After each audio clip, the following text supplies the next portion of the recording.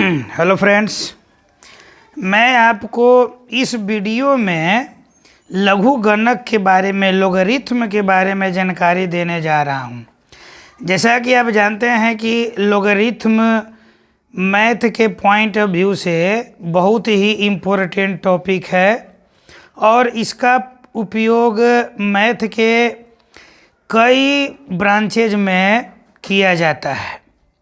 तो लघु गणक को समझने के लिए पहले हम घातांकीय फलन को समझते हैं। ये क्योंकि लघु गणक का जो विकास हुआ है वो घातांकीय फलन के द्वारा ही किया गया है। तो सबसे पहले घातांकीय फलन को जब हम लिखते हैं y = a⁴x, तो इसमें a क्या है? a जो है आधार है, a आधार होता है और x क्या है? x घात होता है। ठीक है, तो घातांकीय फलन में आधार और घात के साथ कोई प्रतिबंध नहीं होता है। मतलब कि आधार जो है कुछ भी हो सकता है। आधार a जो है यहाँ शून्य भी हो सकता है, a जो है शून्य से बड़ा भी हो सकता है और a मतलब आधार शून्य से छोटा भी हो सकता है। उसी प्रकार जो x घात है उसके साथ भी कोई प्रतिबंध नहीं होता है। ये हो गया हम लोग को घातांकीय फलन। अब घातांकीय फलन में समस्या क्या थी? घातांकीय फलन में समस्या ये होती है कि हम छोटी से छोटी राशि का या छोटे कैलकुलेशन का मान तो निकाल सकते हैं, लेकिन अगर कोई बड़ा घात आ जाए, जैसे 2 के पावर 20, 4 के पावर 25, 6 के पावर 36 या 8 के पावर 50, तो ऐसे घातांक का हल बहुत मुश्किल से निकलता है। तो ऐसे संख्याओं को हल करने के लिए लोगरिथम की खोज की गई, लोगरिथम का विकास हुआ, लॉग का विकास हुआ। ठीक है। तो जो घातांकीय फलन में गुना और भाग होता है, ये भाग और ये गुना होता है, उसको गुना को प्लस के रूप में और भाग को माइनस के रूप में आसान तरीकों में विकसित किया गया। गुना को गुना को प्लस में और भाग को माइनस में ऐसे विकसित करके, चूंकि गुना करना जैसे 2 के पावर 20 है तो 2 को 20 बार गुना करना एक चुनौतीपूर्ण काम था। अब इस चुनौतीपूर्ण काम को सरलीकरण किया गया और प्लस के रूप में ले आया गया। उसी प्रकार भाग को माइनस के रूप में लाया गया और तब ये हम लोग को लघु गणक का विकास हुआ। लघु गणक का जो विकास हुआ उसका विकास जो है चार्ल्स जॉन नेपियर, इसका विकास जो किसने किया? चार्ल्स जॉन नेपियर ने 1614 ईस्वी में किया। ठीक है, तो ये जो लॉग हुआ इसका विकास जॉन नेपियर ने 1614 ईस्वी में किया। अब इसको व्यक्त कैसे किया जाता है? तो लॉग को व्यक्त करने के लिए जो तरीका अपनाया गया वो इस प्रकार है। क्या है कि y = लॉग का संकेत LOG लिया गया। अब जो आधार था, फिर यहाँ ध्यान दीजिए, y = a⁴x पर ध्यान देना है।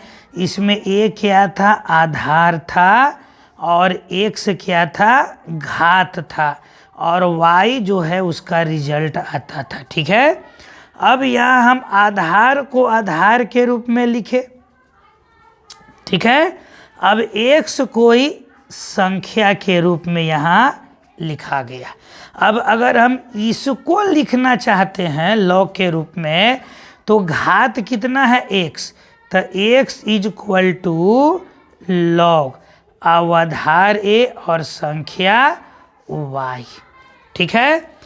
इसका मतलब ये हुआ कि जो लॉग है, तो लॉग को हल करने पर हमें वो संख्या प्राप्त होती है जो घातांकीय फलन में घात होता था। ध्यान दीजिएगा, जो घातांकीय फलन में घात होता था वही संख्या, वही घात हमें लॉग को हल करने पर प्राप्त होगा।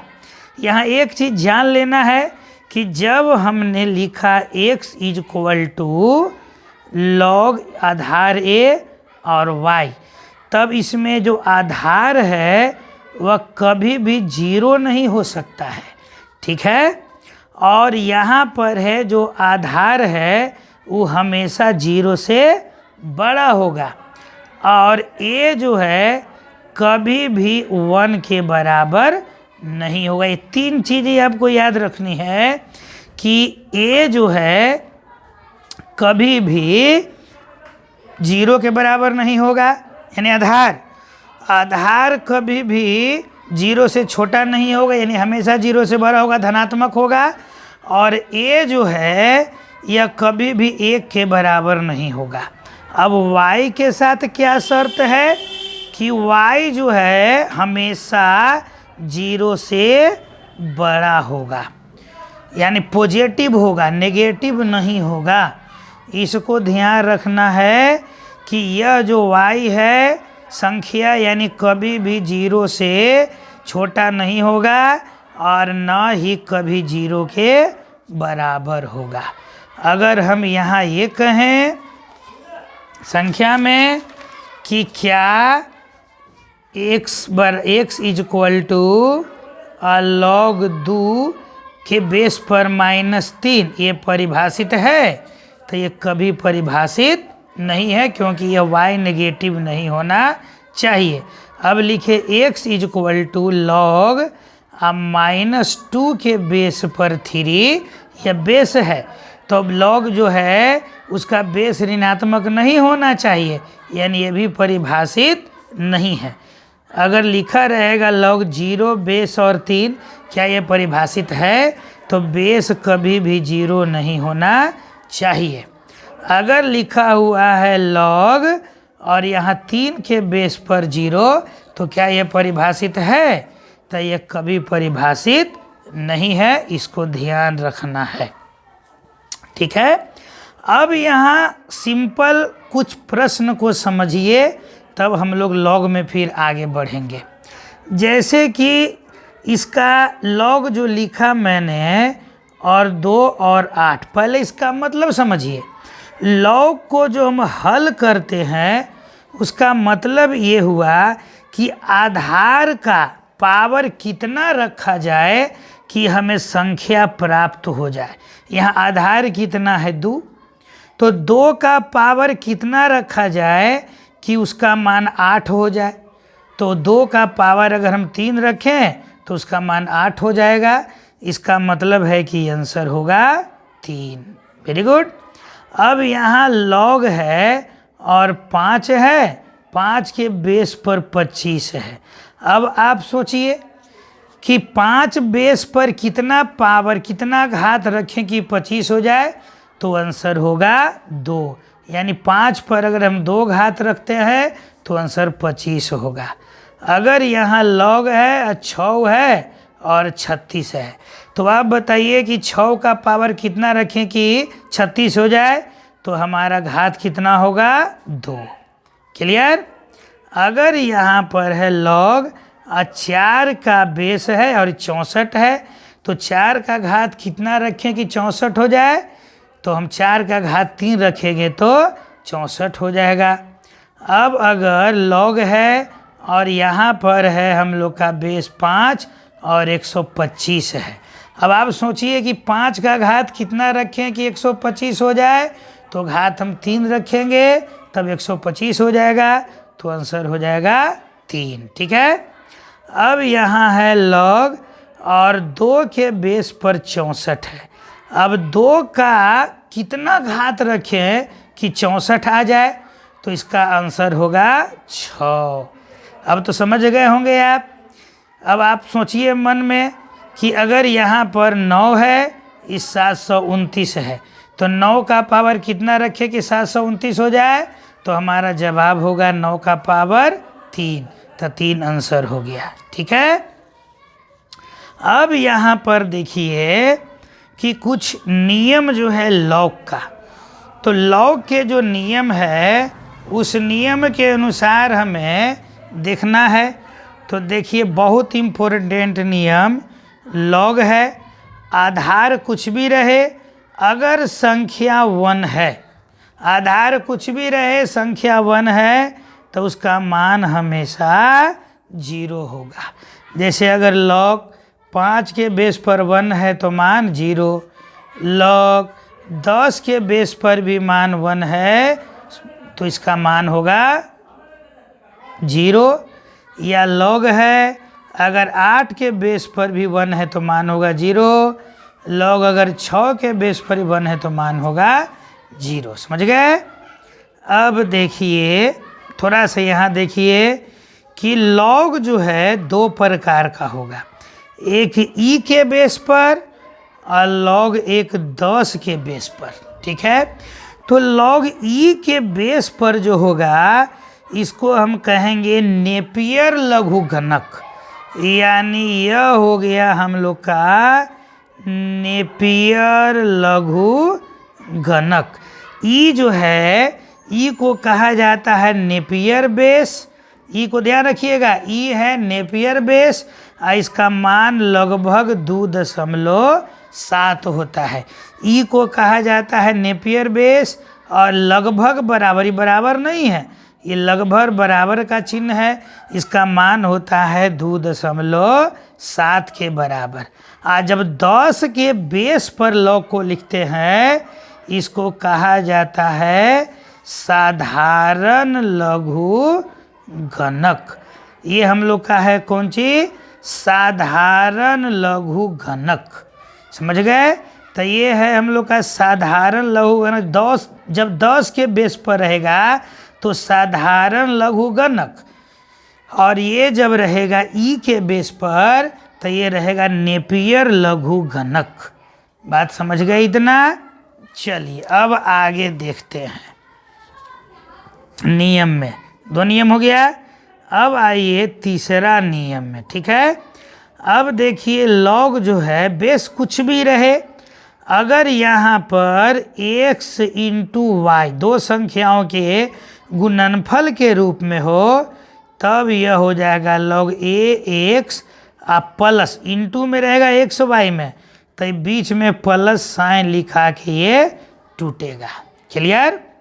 अब चौथा नियम में लॉग बेस कुछ भी रहे, अगर वह बटा x बटे y के रूप में है, भागा के रूप में है, तो लॉग हो जाएगा x माइनस लॉग a और y। क्लियर। Very good. अब देखिए पचमा, अगर यहाँ पर लिखा रहता है लॉग a और x के पावर n, यानी जो संख्या है उसका पावर n, तो जब पावर n है तो जब इसको तोड़ेंगे तो n गुना के रूप में आ जाएगा और लॉग हो जाएगा a और यहाँ रह जाएगा x। कुछ उदाहरण आप देखिए, लॉग अगर 2 के बेस पर 5 के पावर 4 है तो ये 5 का पावर 4 है तो 4 आगे आ जाएगा गुना के रूप में और लॉग हो जाएगा 2 के बेस पर 5। ये हमारा आंसर हो गया फॉर्मूला के अनुसार। ठीक है। अब देखिए कुछ नया नियम, माने अगला नियम।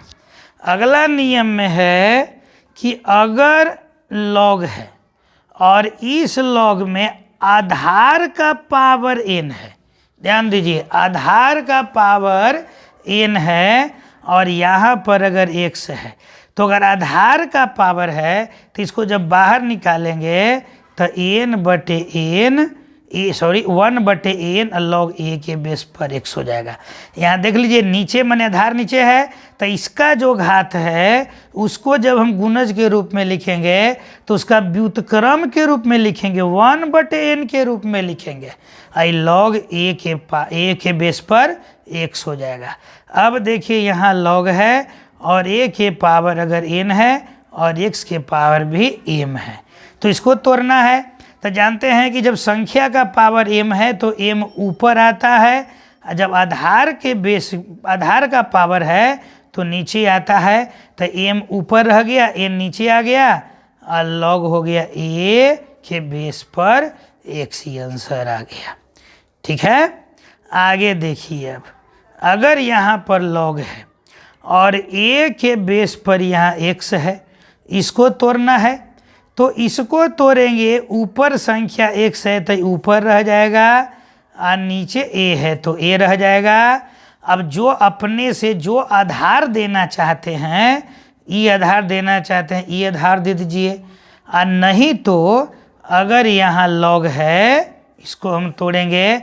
अगर 10 आधार देना चाहते हैं तो 10 दीजिए, ऊपर वाला x है ऊपर लिखिए, आई 10 आधार पर नीचे वाला a है तो a लिखिए। तो इस तरह से आप तोड़ सकते हैं log के नियम के अनुसार। चलिए अब जो हम लोग का यहाँ पर और जो log का सूत्र है, आगे ये सामान्य सूत्र आप देख रहे हैं। इन सूत्रों की सहायता से बहुत सारे प्रश्न है जो बनाया जा सकता है।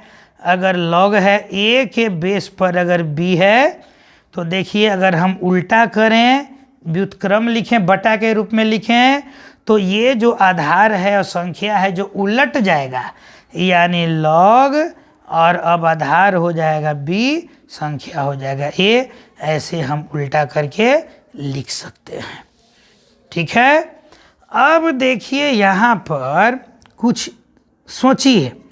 अब अगर यहाँ पर log लिखे, अब यहाँ पर संख्या a है और x है। अब यहाँ ध्यान दीजिए, अगर a है 1 से बड़ा और x भी है a से 1 से बड़ा, दोनों जब 1 से बड़ा है तब इसका जो मान आएगा वह धनात्मक आएगा। बात को समझिए, अगर a का मान 1 से बड़ा और x का मान भी 1 से बड़ा, तो log जब हल करेंगे तो यह मान आवेगा धनात्मक। चाहे जितना आवे, धनात्मक का मतलब हो गया 0 से बड़ा जब भी मान आएगा। जैसे अगर log है 2 के बेस पर यहाँ 5 है, पूछ दिया कि इसका मान जो है 0 से बड़ा होगा, 0 छोटा होगा, ऋणात्मक होगा, धनात्मक होगा। तो आँख मूंद के बोलना है कि यहाँ देख रहे हैं 2 भी 1 से बड़ा है, 5 भी 1 से बड़ा है, तो इसका जो मान आवेगा वह 0 से बड़ा होगा, यानी धनात्मक होगा। अब यहाँ देखिए log अगर उल्टा कर दें, 5 के बेस पर 2 कर दें, फिर भी देखिए ये भी 1 से बड़ा है, ये भी 1 से बड़ा है, तो इसका मान क्या आएगा? धनात्मक आएगा। अब आगे देखिए, log a x है। अगर यहाँ पर एक संख्या 1 से बड़ा है और एक संख्या 1 से छोटा है, अगर इसमें होता a 1 से छोटा और x 1 से बड़ा, ध्यान दीजिए, एक संख्या 1 से बड़ा और एक संख्या 1 से छोटा, अब यहाँ पर a 1 से छोटा और x 1 से बड़ा, तब इसका मान जो आवेगा वह नेगेटिव आवेगा। जैसे अगर यहाँ पर हम लिखते हैं कि log 1/2 और यहाँ पर है 64। अब देखिए यहाँ पर a बराबर 1/2 और x बराबर है 64, यानी एक मान है जो 1 से छोटा है, एक मान 1 से बड़ा है। इसको हल करेंगे तो इसका मान ऋणात्मक आवेगा, नेगेटिव आवेगा। ठीक है, जितना आवे बताएंगे अगला वीडियो में। अब यहाँ देखिए log, अगर यहाँ लिखते हैं 5, यहाँ लिखते हैं 1/10। अब बताइए यहाँ पर x बराबर 5, सॉरी a बराबर 5, x बराबर 1/10, यानी a 1 से बड़ा है, 1 से छोटा है, तो इसको हल करेंगे तो जो मान आवेगा वह मान क्या होगा, नेगेटिव आवेगा। तो ध्यान दीजिए फिर एक बार कि अगर एक मान 1 से बड़ा और एक मान 1 से छोटा हो तो लॉग को हल करने पर उसका मान नेगेटिव आवेगा। ठीक है, तो ये कुछ लॉग के बारे में जानकारी है। अगले वीडियो में और इससे डिटेल में क्वेश्चन को सॉल्व करना हम लोग सीखेंगे। आप हमारा चैनल सब्सक्राइब कर लें ताकि मेरा अगला वीडियो आप तक आसानी से पहुँचे। धन्यवाद।